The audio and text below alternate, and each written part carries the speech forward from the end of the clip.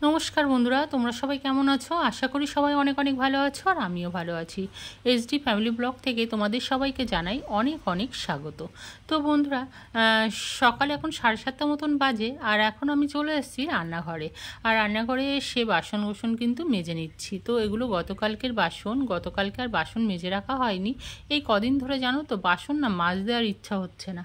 তো দেখো সকালবেলা মেজে নিচ্ছে। এখন তো মাজা ঘষা হয়ে গিয়েছে, ধোয়াও হয়ে গেল, আর এখন সিঙ্কটা ভালো করে পরিষ্কার করে নিচ্ছি। আর এই সিঙ্কটি ভালো করে ধুয়ে মেজে পরিষ্কার করে তারপর কিন্তু রান্নাবান্না বসাবো সকালের। আর দেখো কেমন মেঘ ডাকছে, দেখেছো? প্রচণ্ড পরিমাণে কিন্তু মেঘ ডাকছে, আর আমি এখন এডিট করছি। তো যাই হোক, দেখো সিঙ্কটা পরিষ্কার পরিচ্ছন্ন করা হয়ে গেল, আর এখন ধুয়ে নিচ্ছি। তো বন্ধুরা, তোমরা সবাই কেমন আছো? আশা করি সবাই অনেক অনেক ভালো আছো, আর আমিও ভালো আছি। তো এখন সকাল 9:30 মতন বাজতে চলেছে, আর আমি চলে আসলাম রান্নাঘরে। আর কি বলতো, আজকে সকালে জন্য তৈরি হচ্ছে খিচুড়ি। চলো তোমাদের একটু দেখাই কাছ থেকে।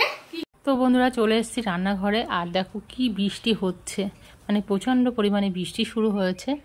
আর আজকে তো তৈরি হচ্ছে খিচুড়ি। তো খিচুড়ি কার কার ভালো লাগে অবশ্যই কিন্তু কমেন্টস করবে।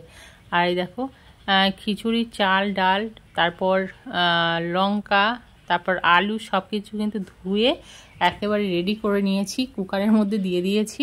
আর চলো এখন দিচ্ছি হলুদ গুঁড়ো, দিচ্ছি নুন, আর একটু হলুদ দিয়ে দিয়েছি, আর এখন দিচ্ছি পাঁচফোড়ন।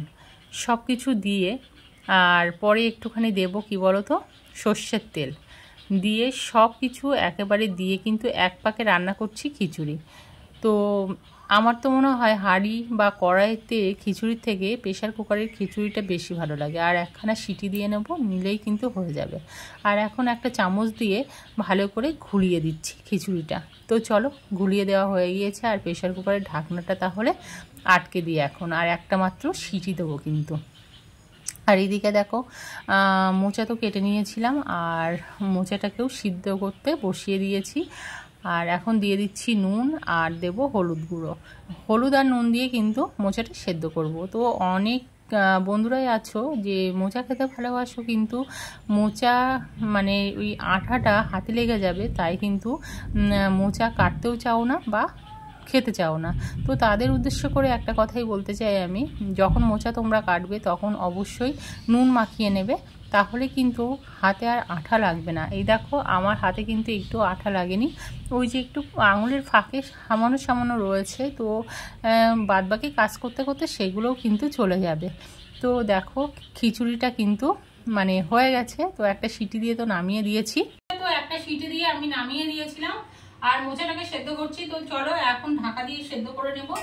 আর খিচুড়িটা তো মোটামুটি হয়ে গেছে, অল্প একটু জল দেব, দিয়ে একটু নাড়াচাড়া করে নামিয়ে দেব।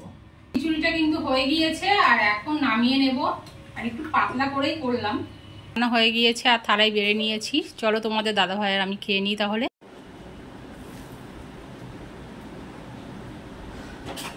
তো আমরা খিচুড়ি খেতে বসে পড়লাম।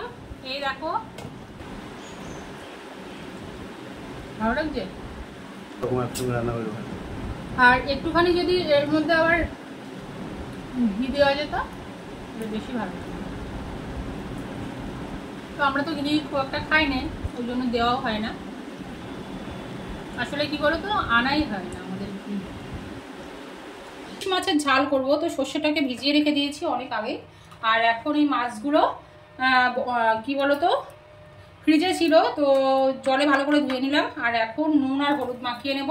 আর কাঁচা মাছেরই কিন্তু ঝাল করব, সর্ষে বাটা দিয়ে ইলিশ মাছ, কাঁচা মাছেরই ঝাল করব। মোচাটা আজকে ওই পেঁয়াজ রসুন দিয়েই রান্না করব। তো চলো মাছে নুন হলুদটা একটু মাখিয়ে রেখে দিই। চালটা ধুয়ে নিচ্ছি, চালটা ধুয়ে একদম রেডি করে রাখছি। তো এখন একটু রেওয়াজ করতে বসবো, তো অনেকদিন বসা হয়নি অবশ্য। তো রেয়াজ করতে বসে পড়েছি বন্ধুরা, আর আমি কিন্তু আওয়াজটা মিউট করে দিয়েছি একদম। আর দেখো রান্নাঘরে আবারও চলে আসলাম, আর সর্ষেটাকে তো পেস্ট করে নিয়েছিলাম, আর একটু পাতলা করে নিয়েছি, আর একটা ঝুড়িতে নিয়ে কিন্তু ছেঁকে নিচ্ছি। হ্যাঁ, ওই ছিবড়িগুলো কিন্তু দেবো না। হ্যাঁ, তো হয়ে গেল। আর এখন দেখো হলুদ, নুন, আর বাদ বাকি মশলা দিয়ে দেবো একেবারে, দিয়ে তারপরে কিন্তু বসিয়ে দেবো। আর কড়ার মধ্যে তেল দিয়ে দিয়েছিলাম, তেলের মধ্যে দিয়েছি জিরে, আর এখন মাছটা পুরোটাই ঢেলে দিচ্ছি। আর সর্ষের তেলও কিন্তু দিয়ে দিয়েছি এর মধ্যে। আর এখন দিচ্ছি কাঁচা ঝাল। তো ভেবেছিলাম একটু পেস্ট করে নেব, তো ভুলে গিয়েছিলাম, তো তার জন্য আর পেস্ট করা হয়নি। আর এই দেখো এখন ঢাকা দিয়ে সেদ্ধ করতে বসিয়ে দিলাম, যাতে তাড়াতাড়ি সেদ্ধ হয়ে যায়। আর এখন উপর থেকে দিয়ে দিয়েছি একটুখানি সর্ষের তেল, আর কড়া আবারও বসিয়ে দিয়েছি। আর আলুটা ভেজে নিচ্ছি, প্রথমে মোচাটা রান্না করব।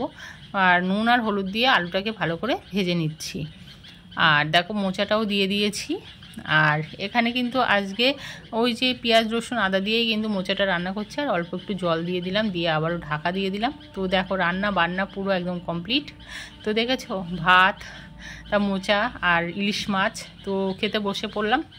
তো চলো এখন দুপুরে তাহলে লাঞ্চটা করে নিই। আর তোমাদের যদি ভিডিওটা ভালো লেগে থাকে অবশ্যই কিন্তু লাইক কমেন্ট শেয়ার করবে, আর সাবস্ক্রাইব করতে কিন্তু একটুও ভুলবে না। আমার সাথে থেকো, আমার পাশে থেকো, আর ভিডিও দেখতে থাকো। আর মোচার তরকারিটা যে এত সুন্দর হয়েছে কি বলবো। আর ইলিশ মাছটাও কিন্তু দারুণ ছিল বন্ধুরা, বুঝেছো, অসাধারণ কিন্তু হয়েছিল মাছের ঝালটা। আর একটু যদি গাঢ় করতাম সব থেকে ভালো হতো। তো দুবেলা তো খেতে হবে, তো সেইভাবেই তো রান্না বান্না করেছি। তো যাই হোক, চলো আমি এখন খেয়ে নিই। তোমরা ভালো থেকো, সুস্থ থেকো।